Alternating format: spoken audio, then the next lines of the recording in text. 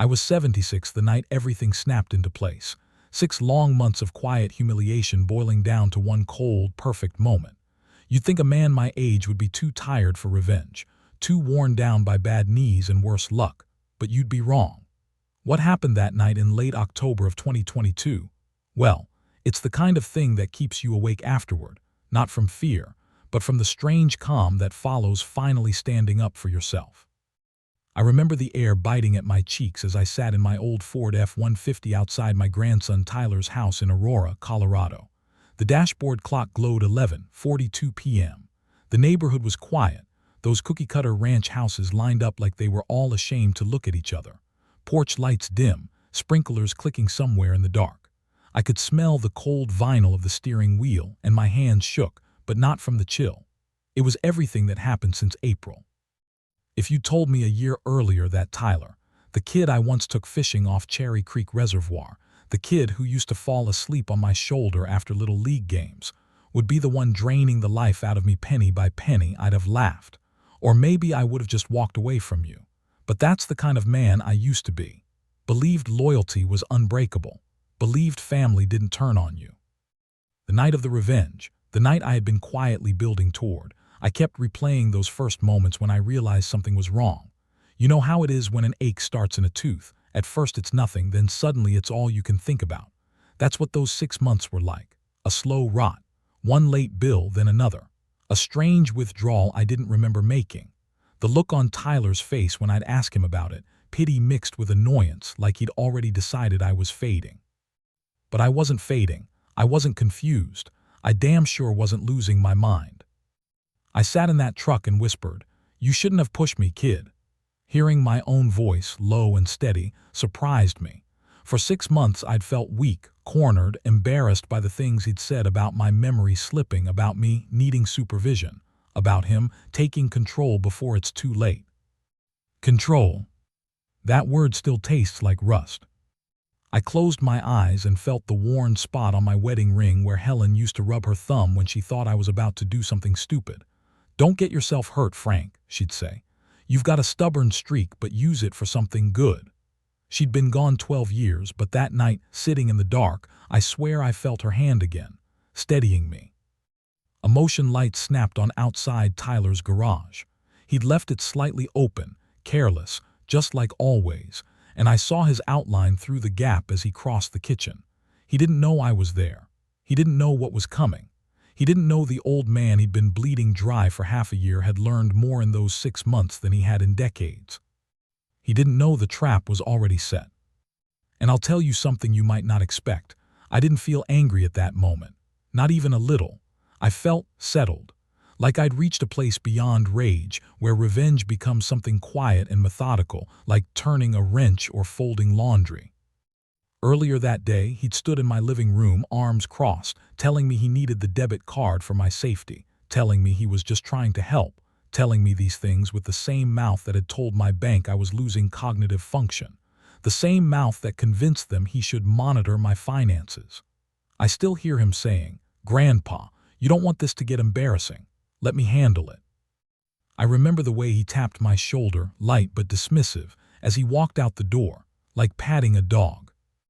That was 9 hours before I parked outside his house and waited for the last light to go off. You're probably thinking I should have called the police right then, or an attorney, or told a neighbor or friend.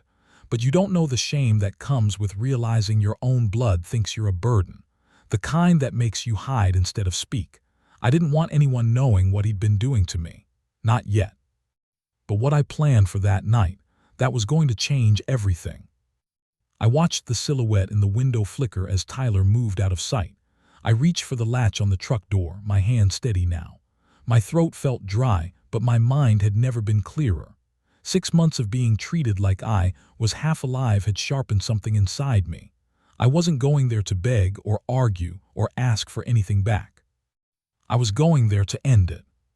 And I knew the moment I stepped out into that cold October air, the next hour would decide the rest of my life.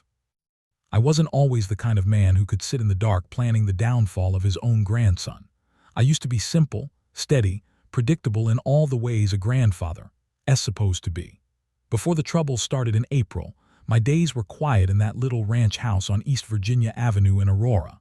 I'd wake up slow, knees popping like popcorn in a cast-iron skillet, shuffle to the kitchen, and brew that burnt-tasting Folgers I've been drinking since Nixon was in office.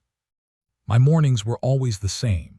Sit at the table with the old Denver Post, adjust my reading glasses a dozen times because they never sit right on my crooked nose, and watch the sun crawl through the blinds like it had all the time in the world. After Helen passed in 2010, routine became my anchor. It kept me from drifting into that hollow place widowers sometimes fall into if they're not careful. You know, people talk about loneliness like it's a sudden storm, but that's not true. It's more like a slow leak in a tire. You don't notice at first, not until the rim starts scraping. But I held myself together. I kept busy. I maintained the yard, even if my back complained every time I bent over to yank a dandelion. I went to the VFW hall off Havana Street twice a week. I volunteered on Wednesdays at St. Luke's Pantry, stacking canned vegetables until my fingers stiffened from the cold metal. Life wasn't exciting, but it wasn't empty either. That's why Tyler's visits were such a blessing at first. He'd stop by after his shifts at the Subaru dealership, always smelled of motor oil and cheap cologne. He'd drop his keys on my counter like he lived there, say something like, "How's my favorite old man doing?" and flash that grin he'd inherited from his mother. I'd light up inside, couldn't help it. He was my daughter Linda's boy, and Linda, well, she and I never fully healed after Helen died. Too much unspoken grief between us. So when Tyler came around, it felt like a second chance at staying connected to the family I'd worked my whole life to protect. Back then, before everything soured, I trusted him more than I should have. I told him about my Social Security checks, about the IRA Helen and I spent 40 years building, even joked about how the bank statements confused me sometimes. Not because I was slipping, just because online accounts have too many damn buttons. You click one thing and suddenly your whole history vanishes. I said it offhand, like you. Detail someone you misplaced your reading glasses, never imagining he'd tuck that information away like ammunition. Looking back, I see the small signs I ignored. Like the way he'd linger near the desk where I kept my bills, or how he always volunteered to help with my mail but would frown when I'd open something before he got to it. I remember once in late February, I caught him flipping through my bank statements. He didn't know I'd walked into the room behind him. "What are you doing there, kid?" I asked. He jumped a little, then laughed too loudly. "Just making sure you're not missing anything important. Scammers target old folks, Grandpa. You gotta stay sharp." And I believed him. Why wouldn't I? We sat down at the table that afternoon, and he showed me how to check balances on my phone, though he took the phone out of my hand more than he should have. He tapped in my password so quickly I figured he had it memorized. I didn't think twice. When someone you love says they're helping, it's easy to let trust do the heavy lifting. I didn't grow up in a world where family betrayed each other. My father worked the steel mills outside Pittsburgh and handed every paycheck to my mother without question. My uncles helped each other build houses by hand. Men back then didn't talk about love much, but they showed it in every nail they hammered. So no, betrayal wasn't something I went looking for.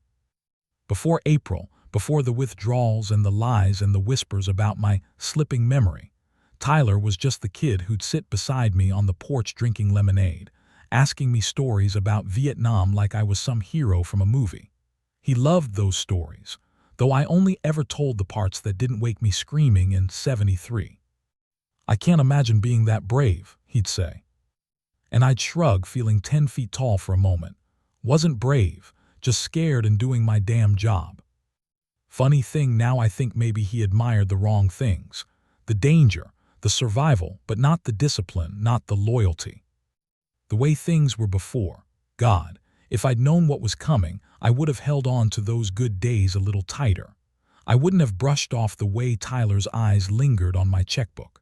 I wouldn't have handed over little responsibilities just because my knees hurt and it felt nice having company around. But that's hindsight for you. Always clear when you don't need it, always useless when you do. The truth is, I trusted him because I wanted to, because he was blood, because he was the last living piece of Linda I still felt close to. And maybe that's what makes what he did hurt so damn much. But I'll tell you exactly how the first crack showed itself, the moment I realized something wasn't right. It happened on a windy afternoon in early April, standing in the kitchen with the sun hitting the counter just so, when Tyler said something that didn't sit well with me at all. That moment, small as it seemed, was the beginning of everything. It was April 3rd, a Tuesday, the kind where the wind keeps slapping the screen door like it's got something personal against you. I remember because the Rockies game was on the little kitchen TV, bottom of the fourth, and I was slicing up a bruised apple I probably should have thrown out. The sun was hitting the counter in that late afternoon angle that makes everything look warmer than it really is. Tyler came in without knocking. He'd been doing that a lot. Keys jingling, that heavy-footed shuffle of his across the linoleum. I didn't mind it at the time. Felt good to have company. But that day something was off the second he opened his mouth. "Grandpa," he said, dropping his backpack on my chair like he owned the place, "you didn't pay your Excel bill. They sent a notice." I frowned and wiped the juice off my fingers. "I paid it 2 weeks ago. Autopay. Been set up since your grandma passed." He pulled out his phone, tapped something, then turned the screen toward me like a detective showing evidence. "It says right here it bounced." Bounced? That word punched me right in the gut. I hadn't had a bounced payment in my entire life. Not when Helen was sick, not during the recession, not ever. I took the phone, stared at the notice, past due in red letters, and something didn't add up. "That's strange," I murmured. "There should have been plenty in the account." Tyler didn't look at me, just sighed like I'd disappointed him. "Grandpa, you've got to be honest with me. Are you keeping track of your spending?" My chest went cold. "What the hell are you talking about? I buy groceries, maybe a burger from Wendy's on Fridays. I don't go on cruises." He leaned against the counter, arms crossed. "Well, there have been some purchases, big ones." "What purchases?" He hesitated. I saw it, just a flicker like he hadn't expected me to ask. Then he tapped his phone again. "You spent $612 at Best Buy on March 22nd. I shook my head. "No, I didn't." "Grandpa," he said slowly, "you probably forgot." I didn't forget a $600 anything. He looked at me with this tight-lipped pity, and something in the back of my mind whispered that he'd been practicing that expression in the mirror. "Maybe we should go over your accounts together," he said, "just to be safe." That's when the first crack showed. Not the missing money, not the bill, but the way he said "we." The way his voice softened like he was speaking to a child who didn't know enough to argue. I set the apple down. My throat felt tight. "I can manage my own life, Tyler." He forced a smile. "Hey, I'm just trying to help." But his eyes said something else. They were scanning the room, drifting toward the desk where I kept my papers. He wasn't worried. He was calculating. And then the exact moment everything shifted, happened like a pebble hitting a windshield. He walked over to the desk, picked up my checkbook without asking, flipped it open and said, "You really gotta get more organized." "Put that down," I said. He didn't. He kept flipping the pages, his mouth tight, his jaw ticking like he couldn't believe he had to clean up after me. Then he said it, the sentence that started the whole fall. "You know, Mom always said this would happen to you." I felt heat rise in my ears. What did Linda say? That you get confused when you got older, that you'd need help. He closed the checkbook with a soft thud. I just didn't think it'd be this soon. I stood up too fast, chair scraping across the tile. "I'm not confused. I'm not losing it. And your mother never said any damn thing like that." He looked startled, not because he felt bad, but because I'd stepped out of the role he'd assigned me. "Grandpa," he said carefully, "getting defensive is normal. It doesn't mean something's wrong with you, but we have to be realistic." Realistic. Another one of those words that feels like a hand pushing you backward. I grabbed the checkbook from him. "I'm fine. I don't need you rummaging through my life." He raised his hands, palms up. "Okay, sure, but when this stuff keeps happening, don't say I didn't try to help." And then this is the part that stuck with me. He patted my shoulder twice. Light, patronizing, like a nurse calming a dementia patient. He walked out, and the screen door banged behind him, leaving me in a kitchen that suddenly felt too small. I stood there for a long minute, staring at the closed door, the checkbook heavy in my hand. The Rockies announcer droned on in the background, oblivious. The apple slices browning on the counter.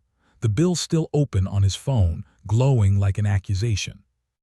That's when something cold and sharp slid into my gut, a feeling I hadn't felt since 1968, crawling through the mud in Da Nang. The feeling of being hunted without knowing from which direction. I didn't know it yet, but the purchase from Best Buy was just the beginning, a test shot, a probe. And the real blow was coming faster than I could brace for it. It came from the bank, and it came hard. I woke up on April 12th to the sound of my landline ringing, a sharp, metallic jangle that always made me think of Helen picking up calls from the church ladies. These days it was mostly telemarketers or appointment reminders, so I almost let it go. But something in my gut told me to answer. "Mr. Halpern," a woman asked. Crisp voice, professional, the kind that comes from years of saying things nobody wants to hear. "Yes," I said, sitting up straighter. "This is Dana Peters from KeyBank's Fraud and Account Security Department. I'm calling to verify some recent activity on your checking account." My heart stumbled. What activity? There was a pause, papers shuffling, keyboard clicking. Then she said, "Can you confirm a withdrawal of $4,000 made yesterday afternoon at our Colfax branch?" My throat tightened. No, I didn't make any withdrawal. Another pause. "All right, and what about the $1,800 debit from Best Buy last week?" "I didn't make that either." Her voice softened, but not in a comforting way, more like a nurse preparing the injection. "Mr. Halpern, is there someone else on your account, a caregiver, a relative?" The room went very still. The old clock on the wall ticked twice. My chest filled with a pressure I hadn't felt since the day I folded Helen's last sweater. "No," I said, "it's just me." Dana hesitated again. "Sir, we have a signature on the withdrawal slip. We need to verify whether it's yours." My palms were sweating. "Email it to me." "Of course, please check your inbox." I hurried to my desk, fumbling for my glasses.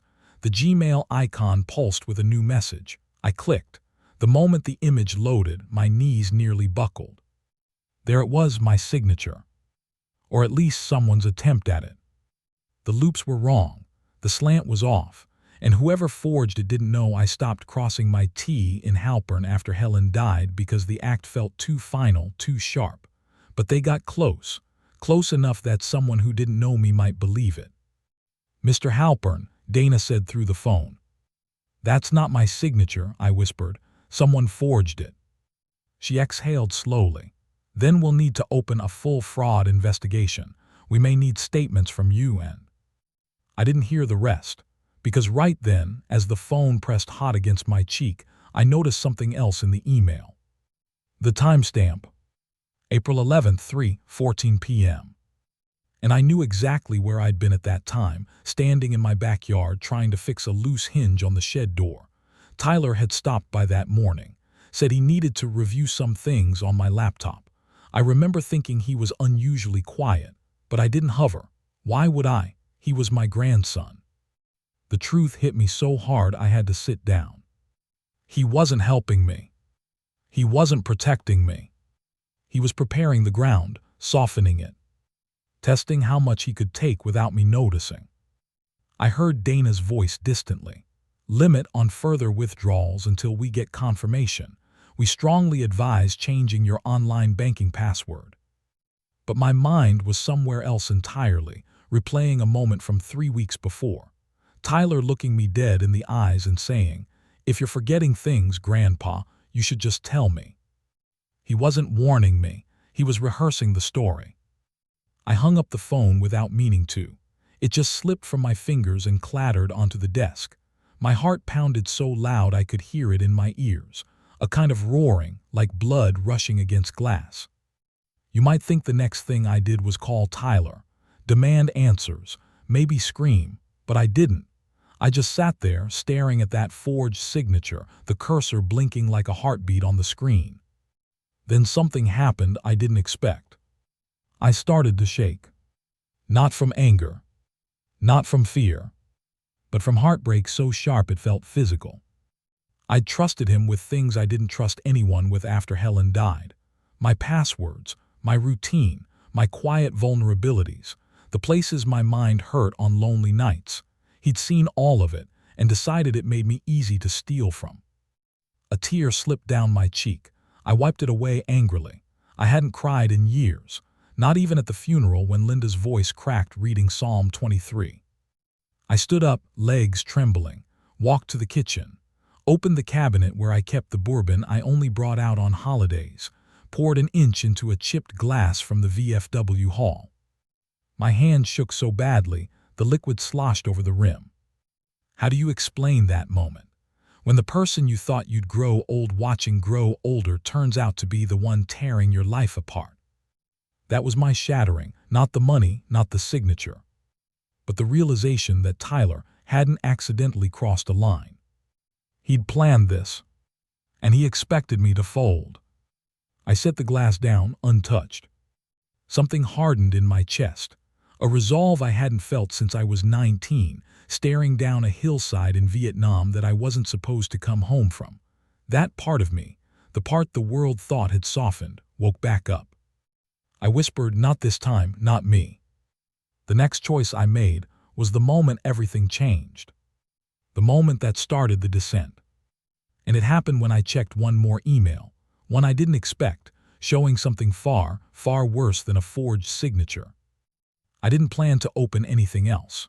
Truth be told, I was 1 second away from shutting the whole laptop and pretending none of this had happened, some part of me still desperate to believe Tyler wasn't capable of it. But when I moved the cursor to close the tab, another unread email blinked up at me, like it had been waiting. The subject line read, "Confirmation of new authorized user, Halpern checking account." My stomach dropped so fast I felt dizzy.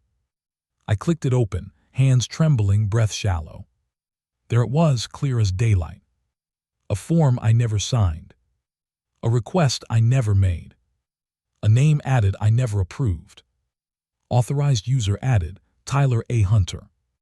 Effective date, April 9, 2022. Request submitted, online. IP address, Arapahoe.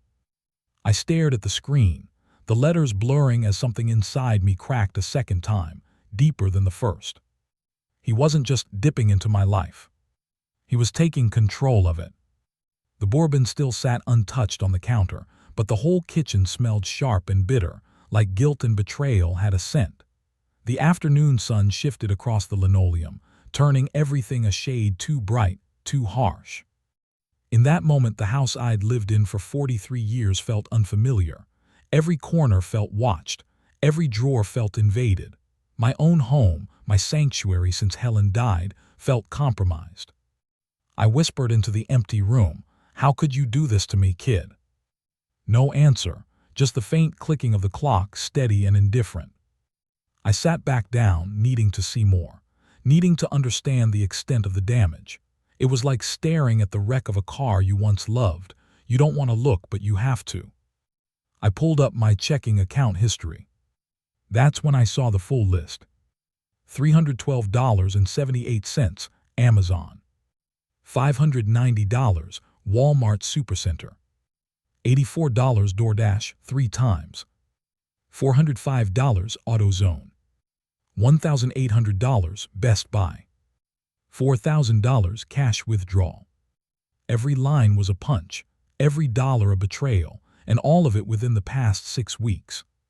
I leaned back in my chair and let out a low, shaky laugh, the kind that doesn't sound like humor at all, more like disbelief or maybe the first step toward madness, because it wasn't just the money. It was what the money meant. He was planning on me being too confused to notice, too frail to fight, too ashamed to speak. I'd seen this before. Not in my own life, but in the guys at the VFW hall. The ones whose kids took their pensions or whose grandkids stole their meds. I'd listened to them quietly over cheap beer, telling stories they didn't dare tell anyone else. And here I was, sitting in my own kitchen becoming one of them. I felt old for the first time in my life, really old, like the world had moved on without me and I was just a loose thread to be snipped. I don't know how long I sat there, maybe 10 minutes, maybe an hour, but when I finally stood, my legs felt weak, like someone had drained the life from them the same way Tyler had drained my accounts. I walked to the bedroom, opened the top drawer of Helen's dresser. Her scent, lavender and wool, still lingered faintly like a ghost. I pushed aside her folded scarves and pulled out the envelope where I kept every important document we ever had. Social Security card, military discharge papers, our marriage license. One more envelope slid out, smaller, the one labeled Power of Attorney 2011. My hands shook so hard I had to brace the paper against the dresser. I remembered that day like it was yesterday. Helen was sick then, sitting in the big armchair by the window. She de-squeezed my hand and said, "If something happens to me, you'll need this. Don't let anyone push you around, Frank." And for 12 years, I protected that paper like a sacred thing. I unfolded it. Designated Agent, Linda Hunter. My daughter, Tyler's mother. But Linda hadn't spoken to me in almost a year. She lived down in Colorado Springs, too wrapped in her new husband's world to bother with mine. If Tyler got her on his side, if he convinced her I was slipping, he could weaponize this paper against me. I sank onto the bed, the mattress groaning beneath me. This wasn't just theft. This wasn't just betrayal. This was a takeover. I felt suddenly unsafe in my own home, like every shadow hid something I'd overlooked, like every creak in the floorboards might be another secret I hadn't found yet. I tried calling Linda, straight to voicemail. Tried again, same thing. So I called Tyler. He answered on the second ring, voice annoyingly cheerful. "Hey, Grandpa, everything okay?" My voice came out cracked. "Did you add yourself as an authorized user on my account?" Silence. Then, "Grandpa, I told you we'd talk about this." "Answer me." He sighed dramatically. "Yes, I did, because you need help and you won't admit it. Someone has to look out for you. You forged my signature." "I did what I had to do," he said. "You're forgetting things, you're misplacing bills. You called me 3 times last week about the same problem." "That's a lie," I snapped. My hand shook around the phone. "I'm not losing it." His tone shifted, soft, patronizing, cutting. "Grandpa, you don't see it. That's the whole point. You're not well." He said it slowly, deliberately, like he was planting the idea in soil he'd already tilled. A coldness spread through me, starting at the spine. "You need to stay out of my finances," I said. "That's not your decision anymore." Something inside me snapped so sharply, I almost heard it. "All of this ends," I whispered, "right now." He laughed, actually laughed. Soft, condescending. Like he was humoring a toddler. "Grandpa, you can't do anything about it. Just relax. I've got it under control." Then he hung up. Hung up on me. I stood there in the darkening bedroom, the phone still buzzing faintly in my hand, and realized I was completely, utterly alone. No one to turn to. No one who'd believe me over him. No one who'd step in if Tyler pushed harder. And he would. I could feel it in my bones. That was the start of the descent, those first few weeks when everything spiraled downward faster than I could brace for. The calls from the bank, the letters I didn't remember authorizing, the subtle changes Tyler made when he visited, moving papers, checking drawers, plugging and unplugging my laptop like he owned it. Every day tightened the noose a little more. And then the darkest point came, the moment I knew I was drowning, and that if I didn't do something, if I didn't find a way to fight back, he was going to take everything I had left. That day came on a quiet morning in May. And it broke me. By the time May rolled around, I was living like a man tiptoeing through his own life. Every sound in the house felt suspicious. Every piece of mail felt like a threat. Every ring of the phone made my pulse jump. 6 weeks earlier, I'd been just an old man with a quiet routine. Now I felt like prey, watched, cornered, steadily stripped down to the bone. The darkest day came on May 7th. It was a Monday morning, one of those pale, washed-out spring days where the sky looks tired. I'd barely slept the night before. Every time I closed my eyes, I saw that forged signature, those withdrawals, Tyler's smirk hidden under fake concern. I shuffled into the kitchen, aching all over, ready to make coffee, and saw an envelope sitting under my door. Not mailed. Slipped inside. Hand-delivered. My stomach clenched before I even picked it up. Inside was a letter from the Arapahoe County Adult Protective Services. We have received a report concerning potential self-neglect and diminished capacity. A wellness visit has been scheduled. Please be available on Tuesday, May 9th between 11:00 a.m. and 1:00 p.m. Self-neglect. Diminished capacity. Words designed to strip independence off a person like skin. My hands shook so hard I had to set the letter down. Someone close, had told them I wasn't capable of taking care of myself. Someone had claimed I was forgetting to eat or mismanaging medication or living unsafely. And I knew damn well who made that call. That was the lowest moment.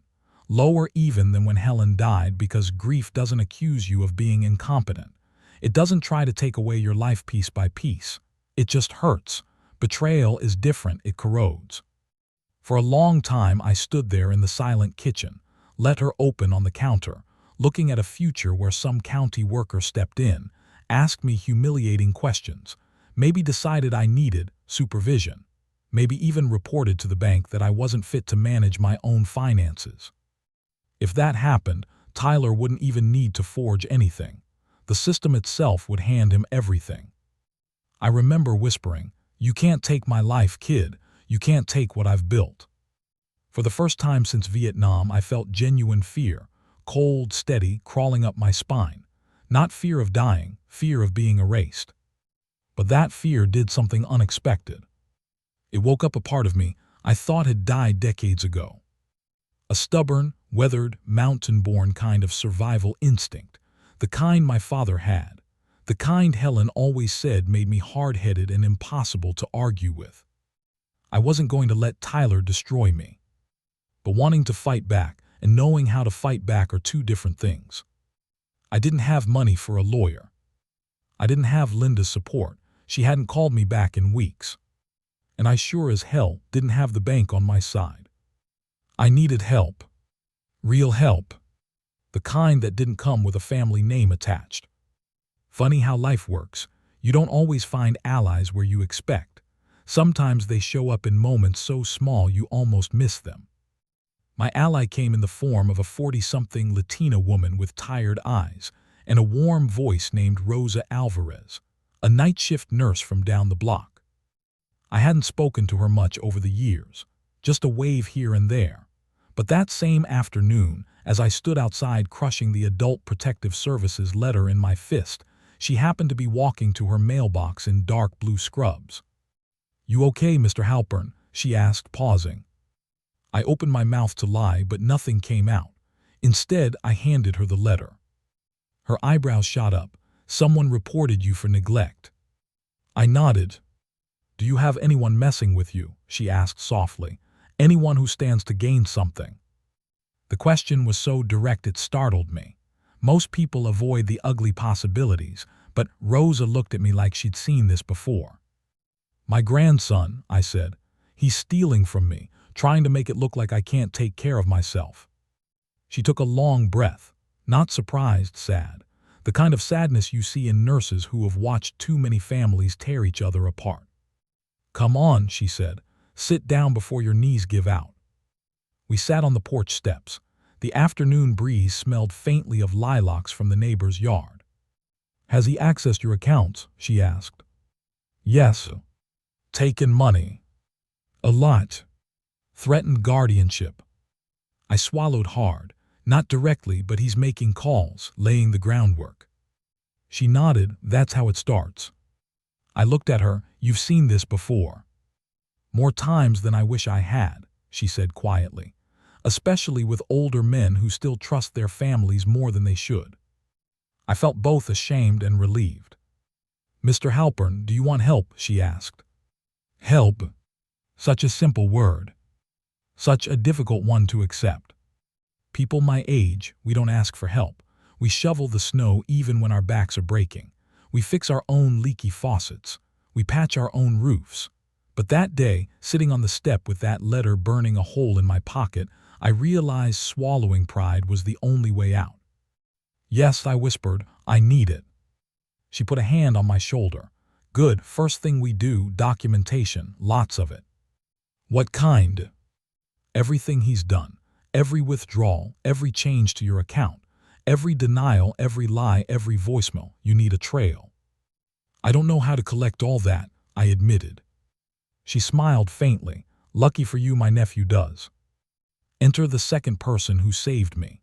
Zach Alvarez, her 23-year-old nephew, a computer whiz, the kind of kid who could take apart a laptop and put it back together while holding a sandwich in one hand. When he came over that night, he brought two things: a laptop bag and the kind of confidence only young people have. "Mr. Halpern," he said, shaking my hand, "Aunt Rosa told me what's going on. We're gonna get everything, don't worry." I felt the first spark of something I hadn't felt in months: hope. Zach sat at my dining table, lit only by the warm overhead bulb and the glow of his dual screens. He worked like he was disarming a bomb, quick, precise, focused. "I'm pulling all your account logs," he said. "Also your IP address history, also your device logins, also cross-checking timestamps from when apps were accessed." "Is that legal?" I asked. He grinned. "You're just looking at your own data." Over 3 nights, he gathered everything. Every unauthorized transaction. Every IP address tied to Tyler's phone. Every session he opened on my laptop. Screenshots of the forged signature.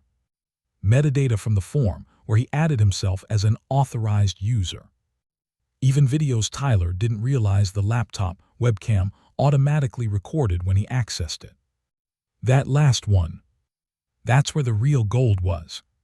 On April 11th, 3:12 p.m., just minutes before the forged withdrawal slip appeared, there was a brief 8-second clip of Tyler sitting at my desk, my checkbook open, practicing my signature on a pad. My breath caught in my throat when Zach played it. "That's enough to bury him," Zach said. But that wasn't the end. Not even close. On May 12th, Rosa sat across from me at my kitchen table, sipping tea, and said, "Now you need someone legal, someone who knows elder cases." "I can't afford a lawyer." "You don't need one," she said. "You need legal aid." That's how I met Margaret Chen, an attorney from Colorado Legal Services with sharp eyes and a calm, deadly voice. She didn't look like much at first: petite, hair in a messy bun, tote bag full of case files. But when she sat down and heard the story, something in her expression shifted. "Mr. Halpern, your grandson isn't just stealing from you. He's setting the stage for a guardianship takeover, financial and medical." "What do I do?" "You fight back before he finishes building his case." "How?" "With precision," she said, "and with patience." She outlined everything. I needed a full timeline. Bank statements annotated. Screenshots printed and notarized. A formal letter to revoke any access Tyler had. A report filed before APS visited. An evidence packaged so neatly no institution could ignore it. She looked me in the eyes. "You're not powerless, you just need strategy." Something in me straightened. For the first time in months, I felt like I had a spine again. But strategy alone wouldn't be enough. I needed something else. Something risky.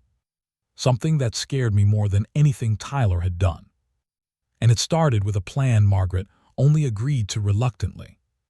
A plan to make Tyler reveal who he truly was. In his own words. On his own time. With me letting him think I was finally breaking. It would require acting. Vulnerability. A fake surrender so convincing that Tyler would lean all the way in and expose himself. Margaret called it controlled weakness. Rosa called it bait. I called it the hardest damn thing I'd ever had to do. But it was the only way to catch him clean. And it would lead directly to the setup. The moment where all the pieces finally started aligning. Where the prey stopped running. And the trap began to close. I never thought I'd spend my 76th year of life pretending to be weak on purpose. Hell, I spent most of my younger years doing the exact opposite, straightening my back even when it hurt like hell, refusing to show fear in places where fear was the only sane response. But as Margaret kept reminding me, the old tactics wouldn't work here. "You can't confront him head-on," she said one evening at my kitchen table, her pen tapping a slow rhythm on a stack of printed emails. "If you try to catch him with anger, he'll just tighten his story. Abusers thrive when their victims lash out makes you look unstable. But if you look resigned, confused, he'll step deeper into the trap." "Confused?" I asked, adjusting my glasses. "You're telling me to act like I'm losing my mind?" She shook her head. "Not losing your mind, just overwhelmed, tired, unsure. You're not playing crazy, you're playing worn down." "That part ain't acting," I muttered. Rosa, sitting beside me, squeezed my arm. "Just think of it like fishing, Mr. Halpern. You don't reel the trout in right away. You let it run until it's tired." "Tyler's not a trout," I grumbled. "He's a barracuda." "Even better," she said, smiling gently. "Barracudas bite hardest when they think the prey has stopped fighting." It took me a solid minute to accept the idea. Pride is a stubborn thing, especially in men my age. Acting frail felt like swallowing gravel. But when you've lost so much already, pride becomes a luxury. And this was survival. So we built the plan piece by piece. Step 1, I'd call Tyler and tell him he was right. That I was struggling. That things were slipping. That I needed him. Margaret helped me script it so I wouldn't improvise myself into a hole. Step 2, I'd give him just enough access. Not real access, but the illusion of it.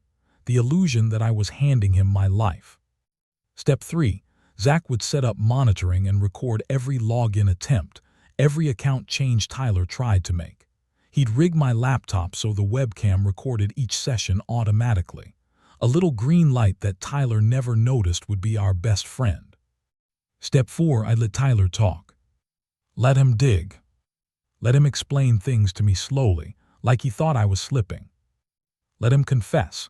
In those offhand ways abusers love to confess when they think the game is already won. We were waiting for him to say something that crossed a line, something he couldn't walk back even with a lawyer. But before any of that could happen, I had to place that call. The call that made me feel smaller than I'd felt in decades.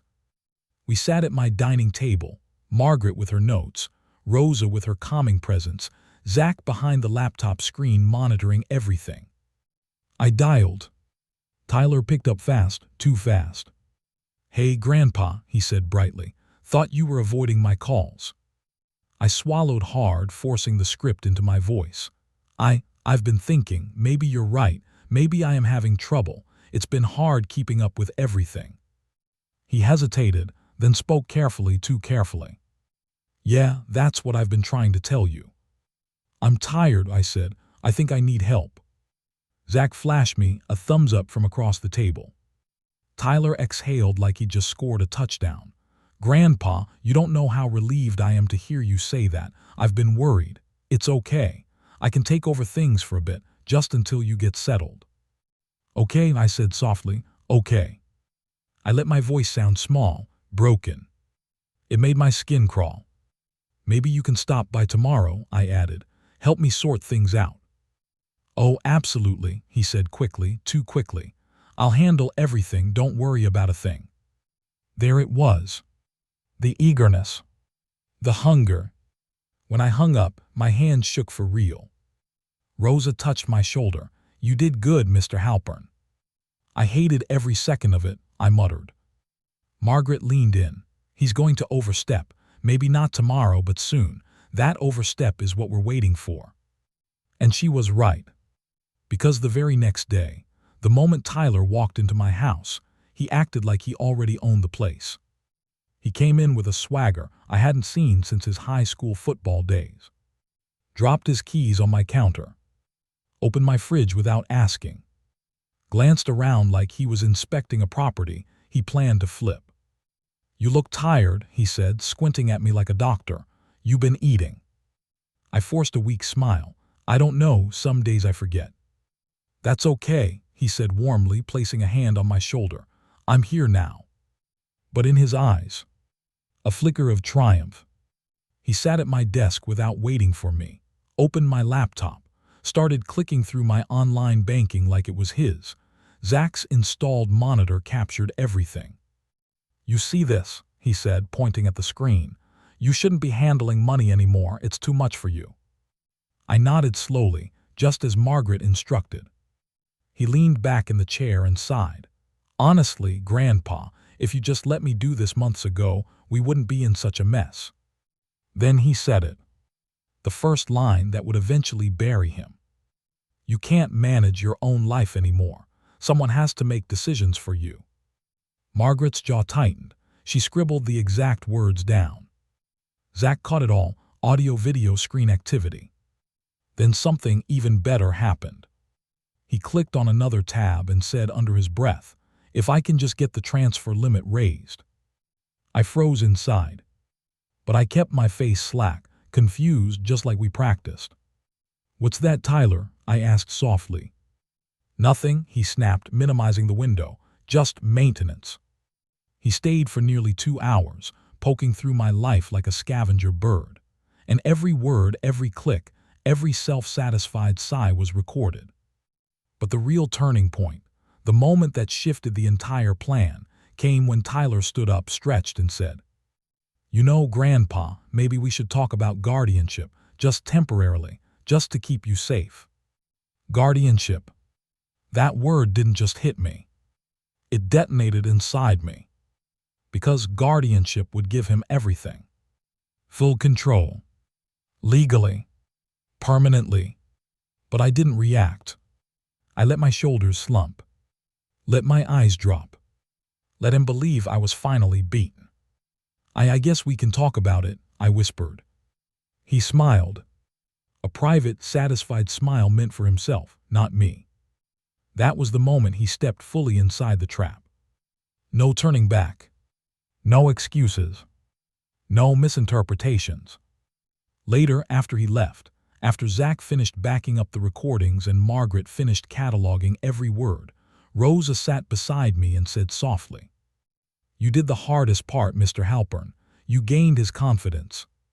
"No," I said, my voice low. "I let him think he broke me." "Exactly," she said, "and that means he'll get sloppy soon." She was right. He would. And we'd be ready. Because the setup was just beginning. The execution, the moment everything snapped into place, was coming. And Tyler had no idea the kind of night that awaited him. I didn't sleep the night before it all went down. Not a wink. I lay in bed staring at the ceiling, listening to the old house breathe, floorboards ticking, the water heater humming, branches tapping against the window like impatient fingers. The kind of sounds that used to comfort me now sounded like a countdown. Because I knew what tomorrow was. Tomorrow was the day Tyler had been waiting for.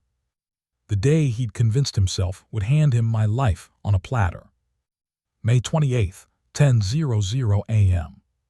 The day he told me he'd be coming over with the paperwork. The day he planned to get things finalized. Guardianship. Control. Total takeover.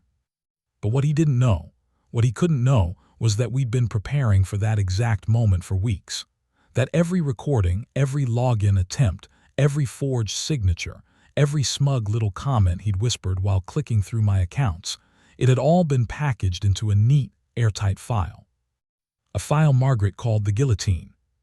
She even labeled it that way. Typed it right on the cover tab. Said it would make me smile on a hard day. And she was right. The real masterstroke, the part that gave me chills every time Margaret explained it, was that we weren't going to confront Tyler in my house. That would just turn into a shouting match he could later twist into evidence of confusion. No, we were going to let him dig his own grave at the Arapahoe County Courthouse. Right there, In front of witnesses. In front of a notary. In front of the APS caseworker he didn't know I'd already met with.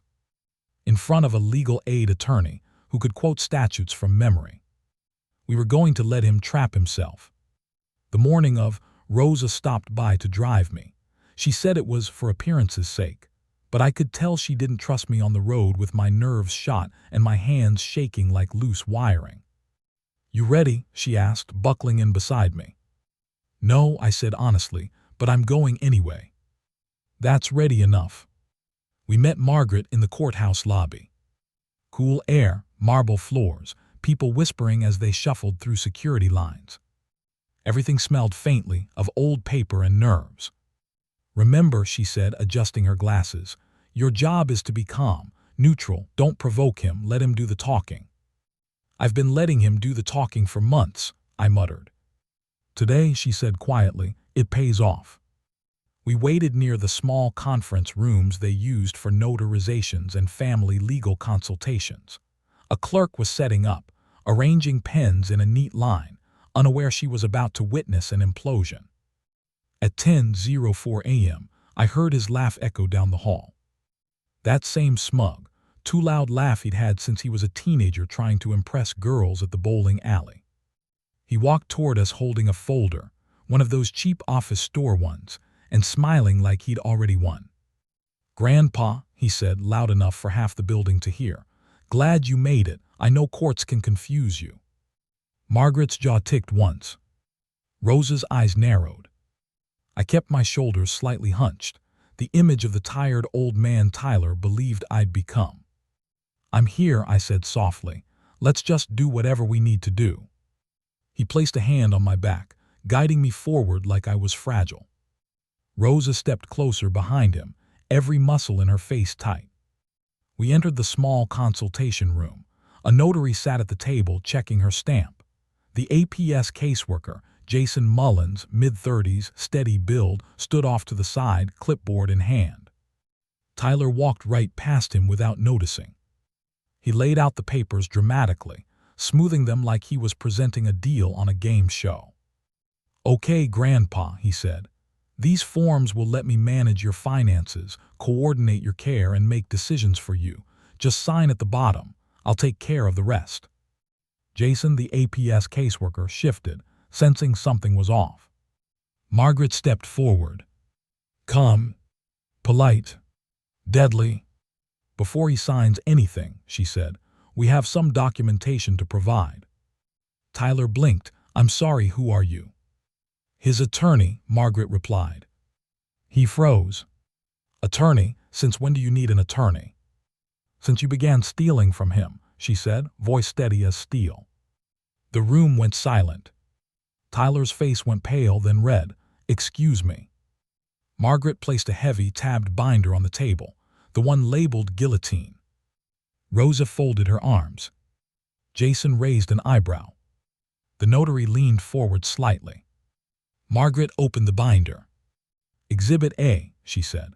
"A video recording showing you at Mr. Halpern's desk, practicing his signature prior to forging a withdrawal slip totaling $4,000.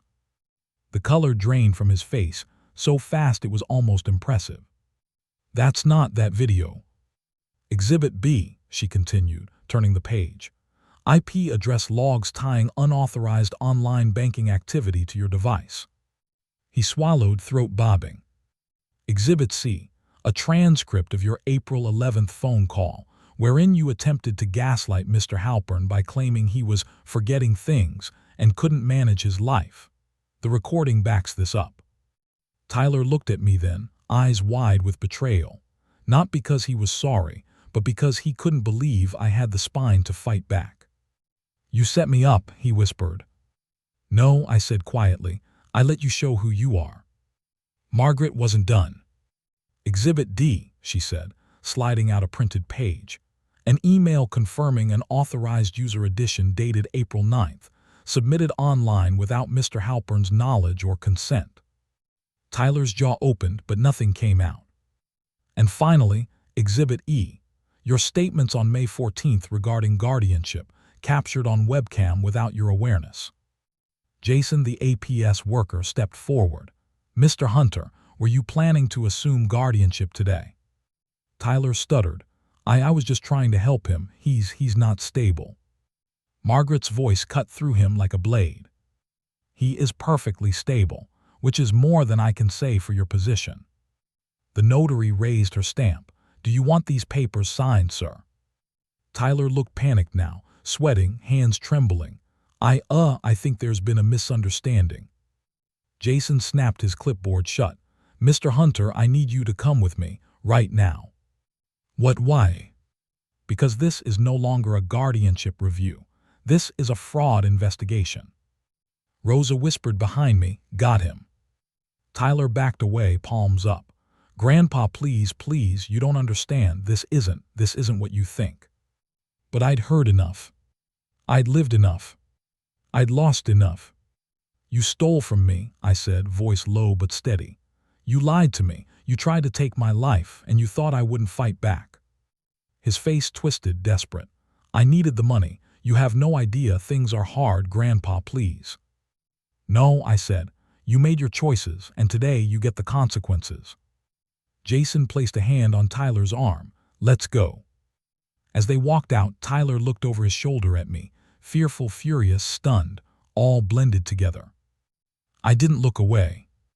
Because that moment, the moment justice finally took its first step, that was the beginning of the unraveling. But it wasn't over. Not by a long shot. The courthouse was only the spark. The fire came after. You'd think the courthouse would have been the grand finale, the big blow-up, the victory, the ending. But life doesn't wrap itself neatly like that.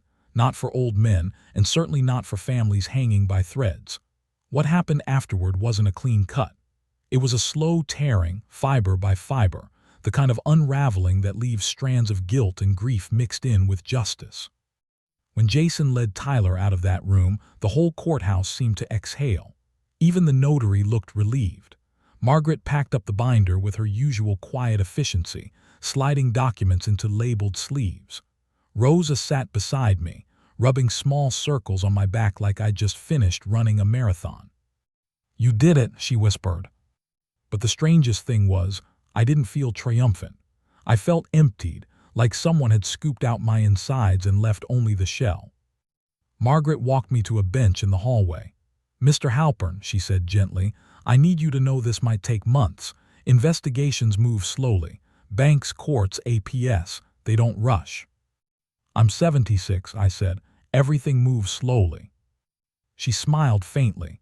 "You're holding up better than most I've seen." Maybe I was, or maybe I was just numb. Rosa drove me home, her hand steady on the wheel. The courthouse faded behind us, gray stone, heavy doors, the kind of building that collects the weight of people's worst days. I watched it shrink in the mirror and felt something tighten in my chest. "He's my grandson," I murmured. Rosa kept her eyes on the road. "And you're his victim."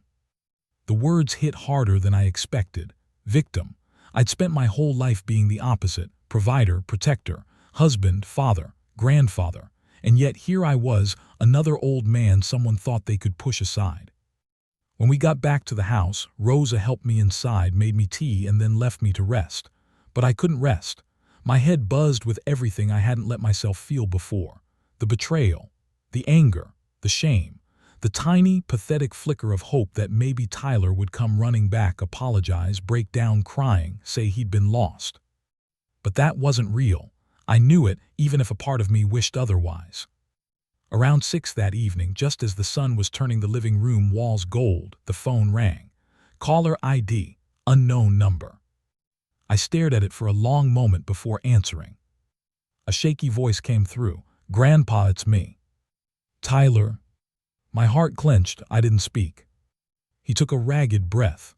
I didn't know they were gonna treat it like a crime. I thought I thought we'd talk. I didn't think you'd bring all that. "You stole from me, Tyler," I said quietly. "You tried to take over my life." "You don't understand," his voice cracked. "I was drowning. The car payments, the student loans, the rent, everything kept piling up. I thought you had more than enough. I thought you'd help if you knew how bad things were." "You didn't ask," I said. "You took." I panicked. he said, the words tumbling out fast. And then when you didn't notice the first charge, I thought, I don't know, I thought maybe you weren't paying attention. And then I thought maybe you'd be safer if I handled things. I didn't want you getting scammed or... You made me look incompetent. You were slipping, he snapped suddenly. You couldn't remember the date of Linda's birthday last month. That was a hard day, I said sharply, not confusion. Silence on his end. Then softer, I didn't want to hurt you. But the thing about lies is that once you've seen the machinery behind them, you can't unsee it. His excuses were loops, circular, each one contradicting the last. A man trying to make sense of the monster he'd become by painting it with softer colors. Tyler, I said, my voice steady, I hope you get your life together. I hope you figure out whatever made you think this was the right path, but I'm not your collateral, not anymore. There was a quiet sound, maybe a sob, maybe frustration. Then he hung up. I sat there staring at the dead phone line, feeling equal parts beaten and unburdened. The kid I loved was still in there somewhere, but he'd buried himself under greed and desperation, and I couldn't dig him out, not anymore. Over the next few weeks, things moved quickly. The bank froze all unauthorized transactions. The APS caseworker closed my file with a note. Client fully capable, report malicious. Margaret filed to bar Tyler from any financial involvement with me. Zach set up new passwords, new accounts, new security layers even I barely understood. But with every win, I felt a strange heaviness grow inside me. Victory wasn't clean. It wasn't sweet. It tasted like ashes, like something had burned down and couldn't be rebuilt. People at the VFW asked why I looked so tired. I told them the truth in pieces. They nodded, each of them knowing a version of the same story. Turns out betrayal isn't rare. It just hides well.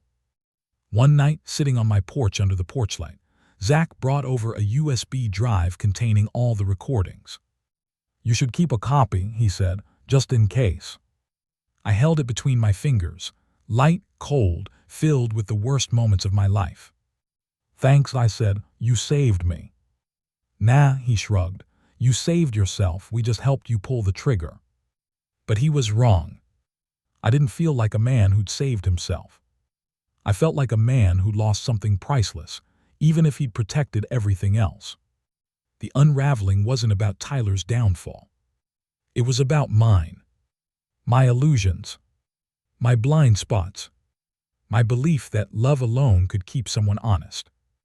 And it set the stage for the final piece, the resolution. The quiet reckoning. The truth of where I stood once the dust finally settled. A truth I still struggled to say out loud. I wish I could tell you that after all the hearings, the paperwork, the frozen accounts, and the long talks with Margaret, everything went back to the way it used to be. That I stepped back into my old life like slipping into a familiar pair of boots. But life doesn't work that neatly, not at my age, not after the kind of wound Tyler left behind. The dust didn't settle all at once. It drifted down slow, like ash after a fire, reminding me with every breath that something had burned. Tyler didn't go to prison. Margaret told me early on that first-time offenders in family cases rarely do unless they've wiped out entire estates. But he didn't walk away untouched either. The bank issued a full ban on his access to my accounts and flagged him in their internal fraud system. APS placed him on a watch list for elder exploitation. And the county slapped him with a formal warning and mandatory restitution, which means every month I get a small check from him. Blood money, if you ask me. I don't cash them, I just file them in a drawer. Some wounds aren't healed by repayment. Linda eventually called. She'd heard from Tyler, his version anyway, and wanted to hear my side. Her voice on the phone was tight, cautious, like I was some unstable witness in a trial she didn't want to sit through. When I told her everything, every detail, how he forged my name, how he added himself to my accounts, how he tried to declare me incapable, there was a long silence. Finally she said, "Dad, I don't know what to say." "You don't have to say anything," I told her. "Just believe me." But belief isn't simple, not in families, not when guilt and history are woven together like barbed wire and thread. We talk now, but not often, not warmly, Not like before. I didn't lose her entirely, but I lost something in the middle, some soft part I didn't know was at risk. Maybe it'll grow back in time. Maybe it won't. The house is quieter now, quieter than it's ever been. The kind of quiet where you can hear the hum of the refrigerator from across the room and the water heater clicking to life in the basement. I've gotten used to it, this new quiet. It's honest. It doesn't pretend. It doesn't smile at me while stealing from my wallet. Rosa still stops by after her night shifts, bringing me leftover empanadas or reminding me to take my blood pressure meds. She sits with me on the porch sometimes, watching the sun go down behind the neighbor's roof. She doesn't ask about Tyler anymore.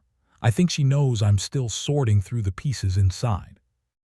Zach installed a new security system. Overkill, really, but it makes him feel better. Cameras on every corner of the house, alerts on my phone, passwords so long I had to tape them inside a drawer. He jokes that I'm harder to hack than the Pentagon now. I laugh, but softly. Margaret still calls once a month. Just checking in, she always says. But I know she's really checking for cracks, legal vulnerabilities, places Tyler might try to slither back in. She warned me once that abusers often test the fence again after a while, just to see if it still holds. Mine holds, stronger than before. But here's the truth, the part I've avoided saying, the part that sits heavy on my chest every night. I miss the boy he used to be. I miss the kid who fell asleep on my shoulder after little league games. The kid who asked for stories about Vietnam. The kid who helped me rake leaves without being asked. The kid who used to hug me tight around the waist like he never wanted to let go. That boy is gone. Buried under debt and excuses, and whatever hunger made him look at me and see opportunity instead of family. And I had to let him go. To save myself, I had to let him go. Some victories don't feel like winning. Some justice comes with splinters under the skin. Some survivals leave you standing alone in the ashes, grateful to be alive but grieving what burned. Do I regret fighting back? Not for a second. Do I wish it never had to happen? Every damn day. But I'm still here. Still standing. Still waking up to make that terrible Folgers coffee and sit at the kitchen table where the morning sun hits the counter just right. I survived him. I survived the betrayal. I survived the terrible moment when I realized family isn't always who you think it is. And surviving at my age, that's a kind of victory all its own. The night it all came together, the revenge, the exposure, the justice, that wasn't the end. This quiet morning, right here, with the light coming in and the world steady again. This is the end. And it's enough.